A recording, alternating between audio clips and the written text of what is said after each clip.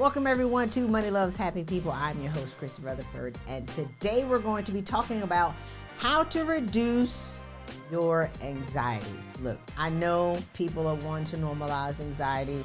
They want to normalize high functioning depression, high functioning anxiety. They want to normalize mental health, but I want to know, why can't we normalize wholeness?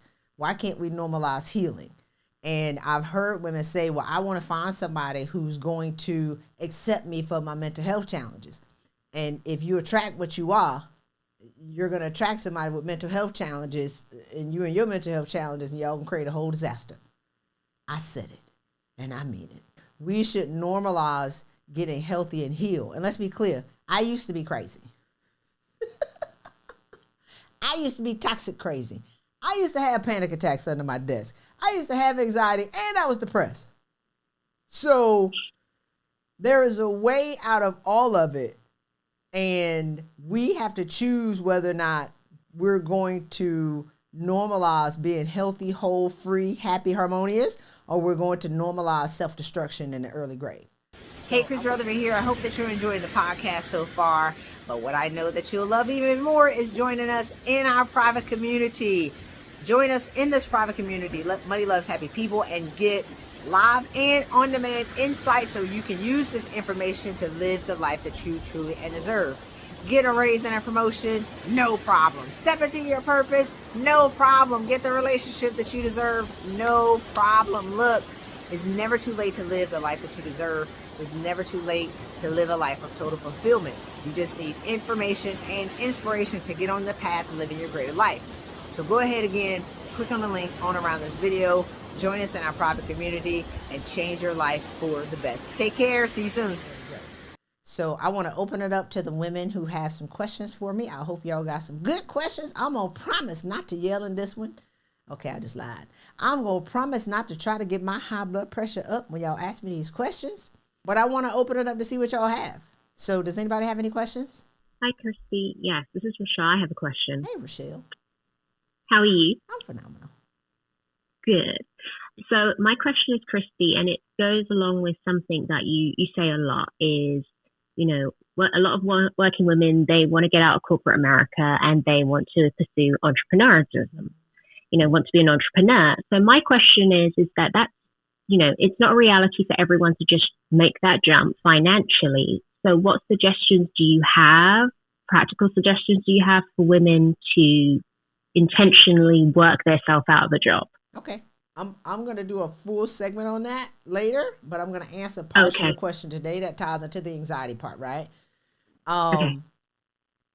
Typically what happens is, and I talked about it in another episode, where your inner being wants to express itself greater in this world.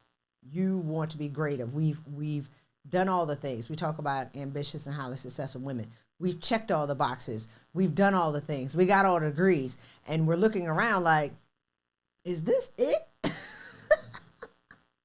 We're at the top of the mountain by ourselves. And we're looking around like, this can't be it. So the next thing has to be, I want to get out. Or I want to start my own business. And then you're afraid of that. Or I need to leave and I don't know what to do with that. So I want to answer your question partially. I want to talk about why women have anxiety and depression. And it's because you want to be greater, but you're trying to express yourself in greater by staying the same. Right? You have this energy that wants to grow and expand, but you're trying to keep it here and you're trying to play safe.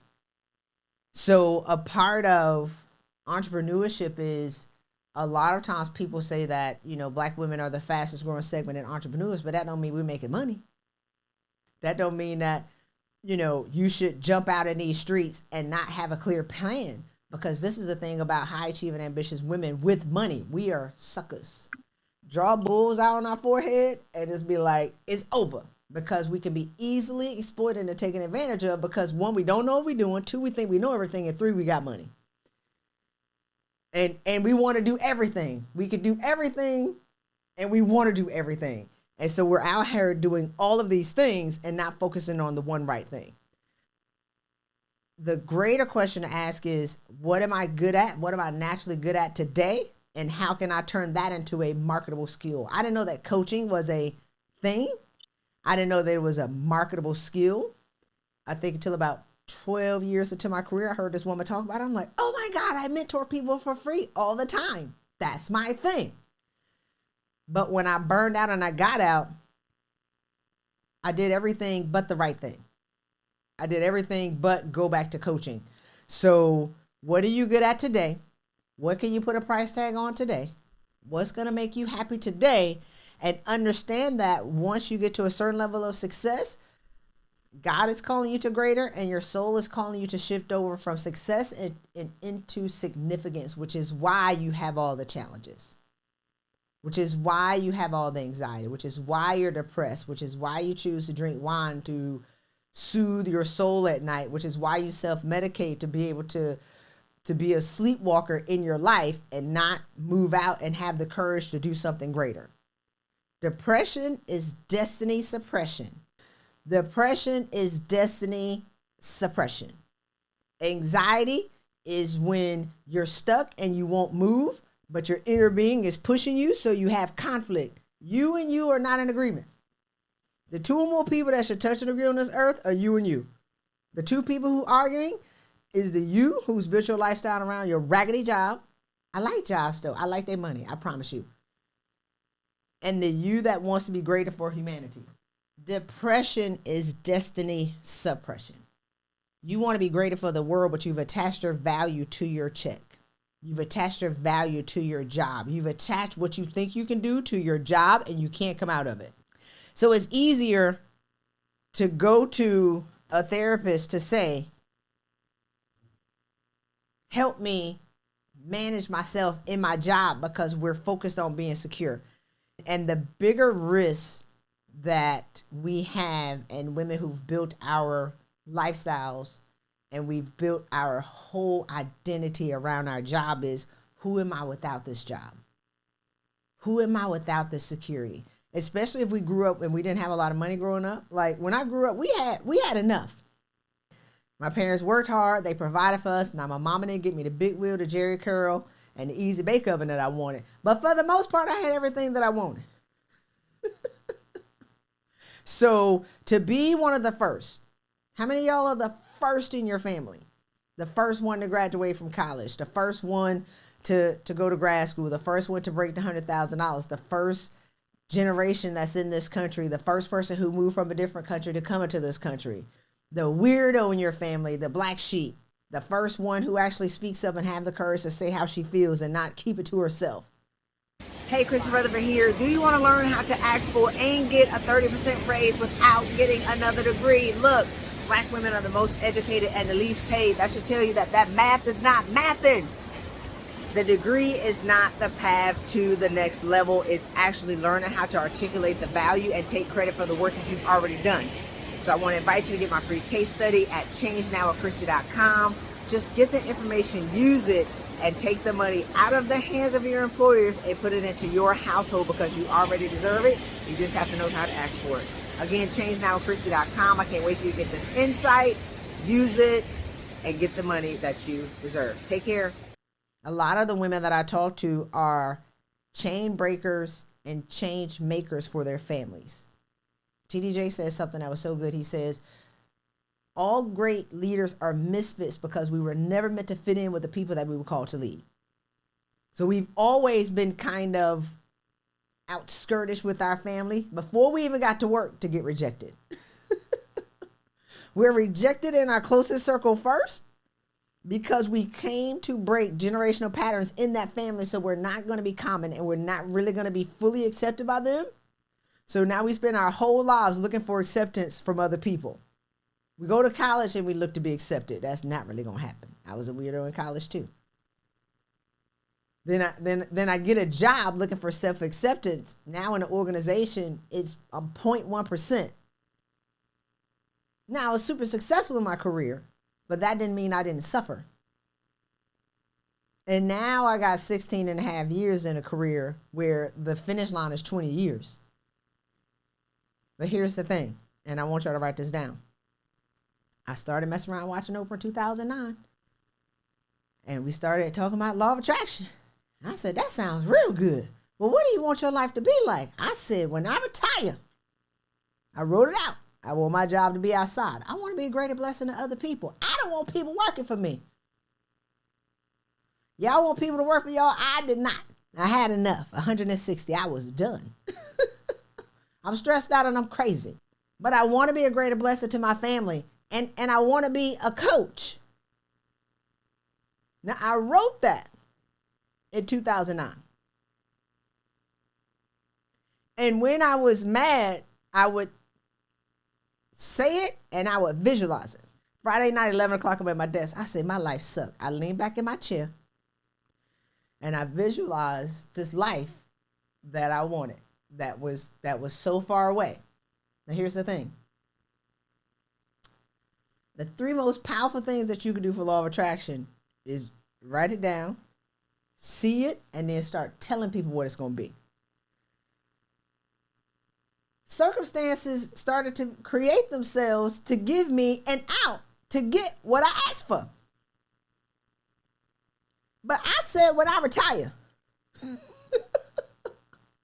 not leaving my check.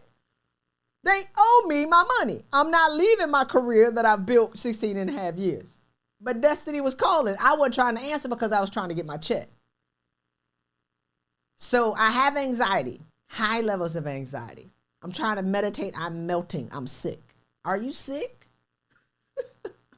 Are you sick because you're trying to get you to the life that you desired and that you asked for, but you trying to stay in your job? I was depressed. I hated my life, but I love my job. And I'm this high achieving officer who just so happens to be the finest black female you've ever seen in your life, right? Who everybody knows me. I can't tell people that I'm suffering. I'm having panic attacks at my desk, sliding under my chair, hyperventilating on the floor for minutes at a time because my inner being, the big me. You got you and you, lowercase you and the big you. I have this dream for who I am today, y'all. For who I wanted to be at the time, that's in direct contrast to the career that I created, trying to get me to what I want, which is happiness. I didn't have to leave my job had I found harmony, which is what we talked about in another. I can do both. I didn't have to do either or. I could have done both at the same time and retired and got my pension and my check. But I would have died because I didn't know how to do both at the same time. I didn't know how to be happy personally and be happy at work. I thought that they were mutually exclusive. I had a work self and a home self. I was living divided. Me and me didn't agree. Anytime you're operating with the divided mind, it's over. I am already self-conquered. So the anxiety that people have right now and the anxiousness that people have is like, are you in harmony with yourself? What makes you happy? Not what you think you're qualified to do with your job. You're telling yourself what you want to do and what makes you happy, or you've forgotten. That's what you got to dig up. And can you do both and then create the path on the way out? And not settle for the next 10 to 15 years of misery. So a part of the question of entrepreneurship should lead you down the path of what makes you happy. Because your prosperity is rooted in, you came here knowing what problem you were meant to solve in this world. Not the problem that you saw on the Instagram millionaires that they solving. Dr. Miles Monroe says something like, you're comparing yourself to other people and what they're doing, but the only thing that matters is what God called you to do. I can do 20 things, maybe 100, but my highest and best expression of my God-given talent is to coach women to get out of their own way and don't be like I was 10 years ago, and to also be a leader. That's where my provision is. I don't worry about money. So what's your next thing is what's going to allow you to live in the fullest and best expression of who you are and who you're meant to be, not comparing yourself to other people or saying, oh, okay, they made $1 million in 2 weeks. Lie, but they made $1 million in 2 weeks. I'm going to go do that, and I'm going to get $1 million. I'm going to be happy. Y'all have seen multimillionaires kill themselves. You've seen super successful people who are at the top of their game commit suicide. You have to know that that's not the move.